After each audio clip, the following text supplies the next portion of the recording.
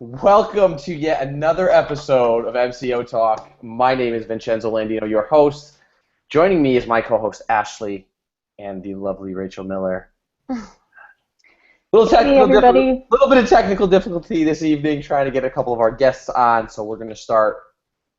Thank you for being patient. Introduce yourself, Rachel, because they know who I am. They're sure they don't want to hear about me anymore. And then we can talk about Ashley as well, and then we'll get into our topic. Okay, so for the folks out there listening, I am Rachel Miller, the woman with too many hustles, currently chief listener at Pipeliner CRM.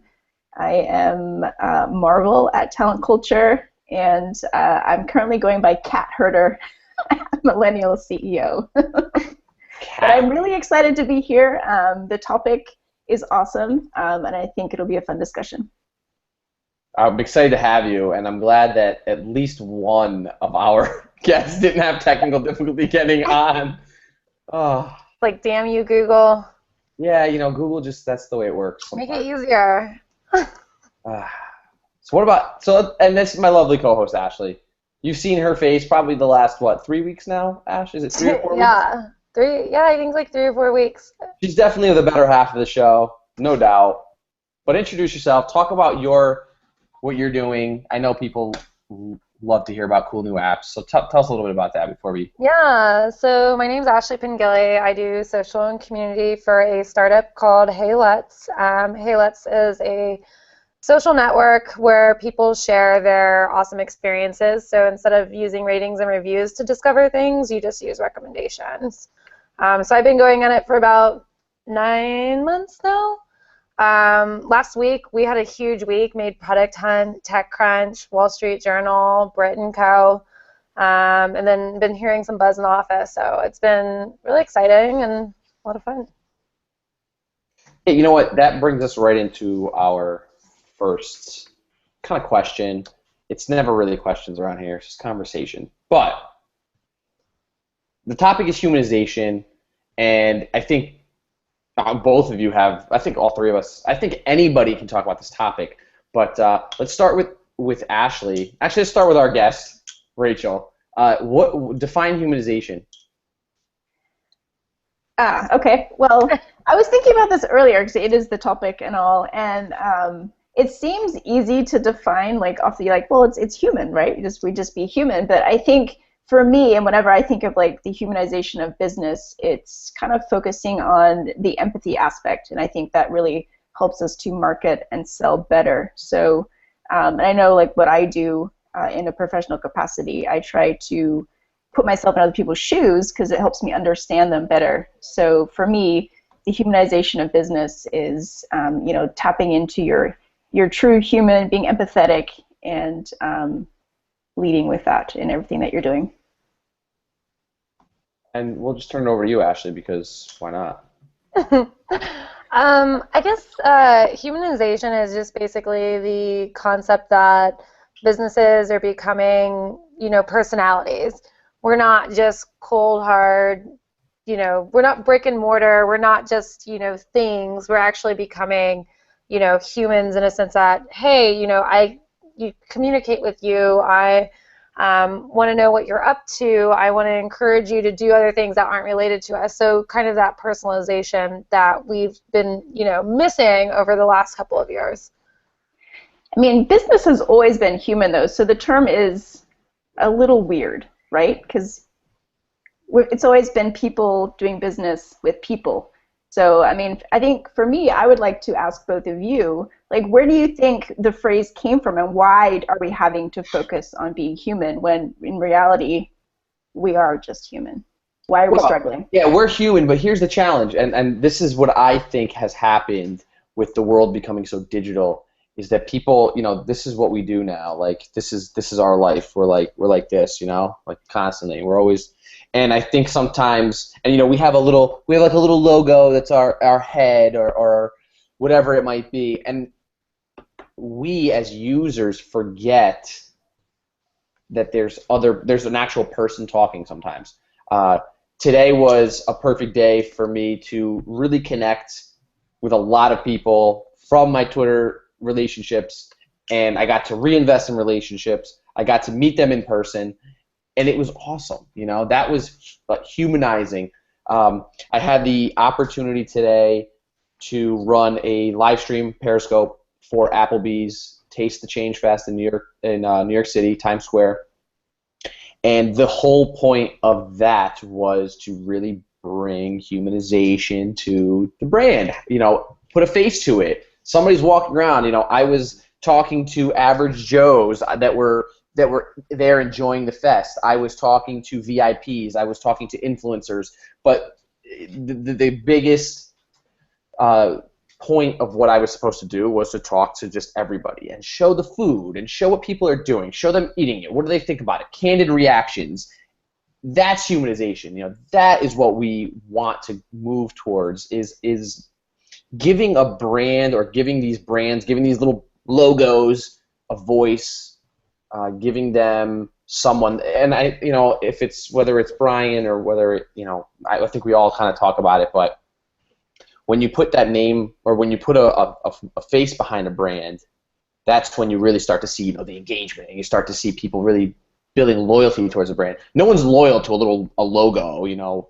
Oh, we have a guest. We have a guest. Hi, Michelle. Oh, Google Hangouts. Gotta love it. Gotta love it. We'll give Michelle a second to settle in. Can you see me? I can't see you, but nothing would shock me with with Google Hangouts at this point.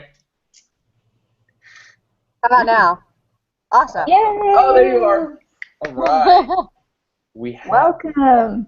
We have liftoff. Thank you, Michelle. Awesome. So we started talking about humanization, but let's reverse this and introduce yourself as our fantastic guest of the evening.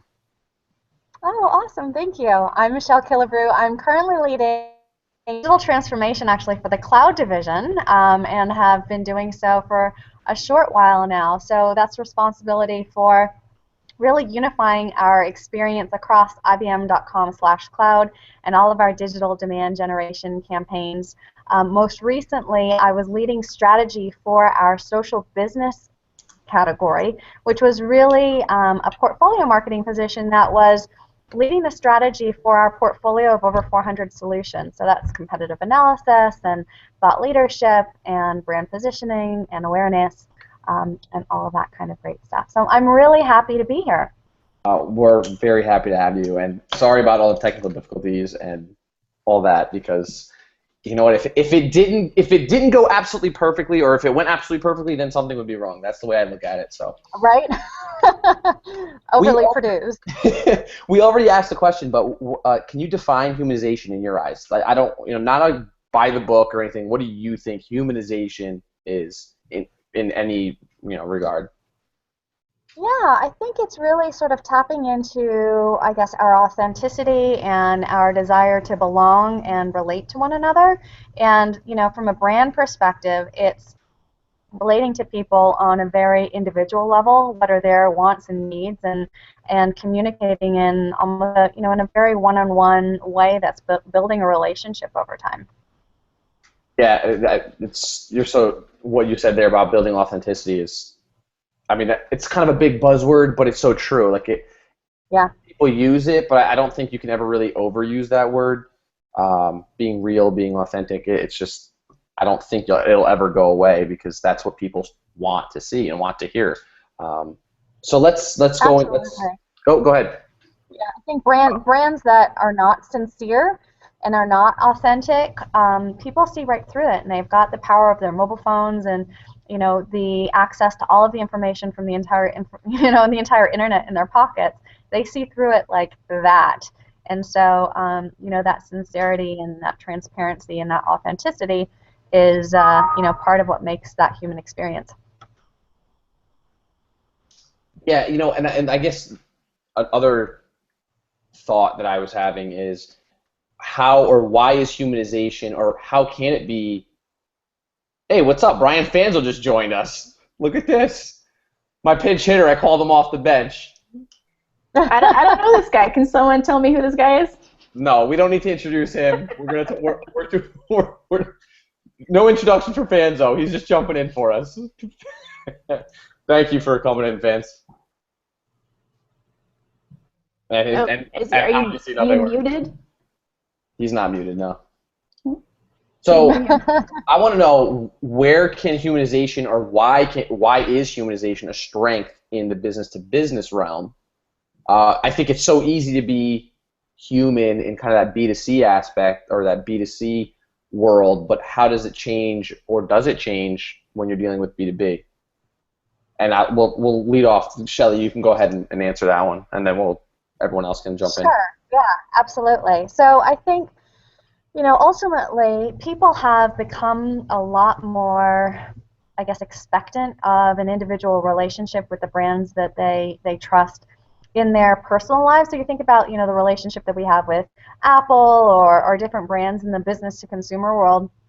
When you transition that and you show up to your day job, right, 9 to 5 on Monday to Friday, your expectations have risen.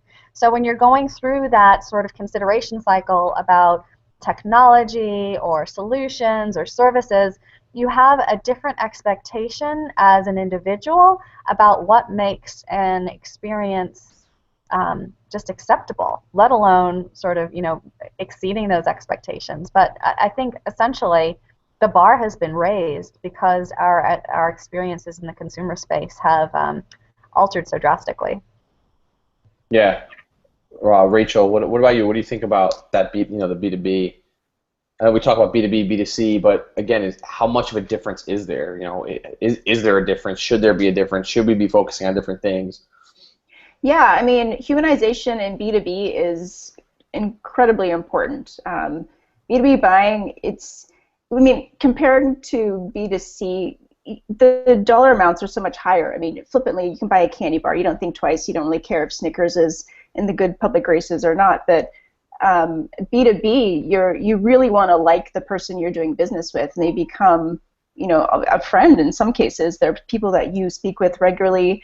That's, one of your vendors. So being human and being real, and not just talking on the phone, but meeting in real life, and obviously pulling in video, it kind of helps close the deal. I mean, it's a really emotional experience. I mean, I've been through several buying experiences where you're for large companies and you're talking large amounts of money, so you really got to like the person and trust that they have your best interests at heart. And if you're being human and leading with, like what we talked about earlier, like the empathy and authenticity, it's easier for the seller and it's much more comfortable for the buyer.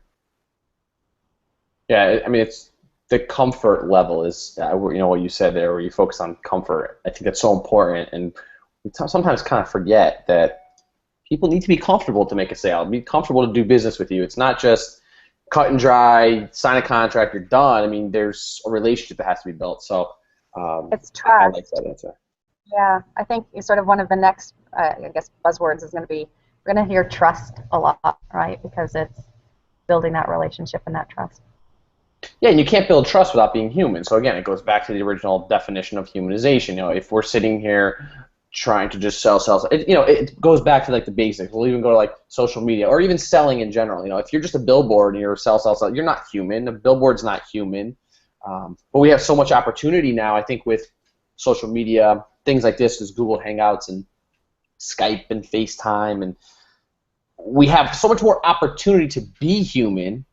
It's not just an email. It's not just a written letter. I mean, I don't know who does business that way anymore, but we have the opportunities at our fingertips, and I think we need to stop forgetting that we have these as tools and start using them more. I know on our teams, the teams that I'm on, we use Google Hangouts constantly. It's human. It's a human way of interacting, because email gets so, you get lost in tone, and you get lost in what are people actually saying, and it takes you 3 days to figure something out that could have taken us 5 minutes to talk about. So that's so true. Right? It's like you just please, we could go. That's a whole other topic for another day. But Fanzo, jump in. What do you think, buddy? Oh, and his microphone definitely does not work tonight. So,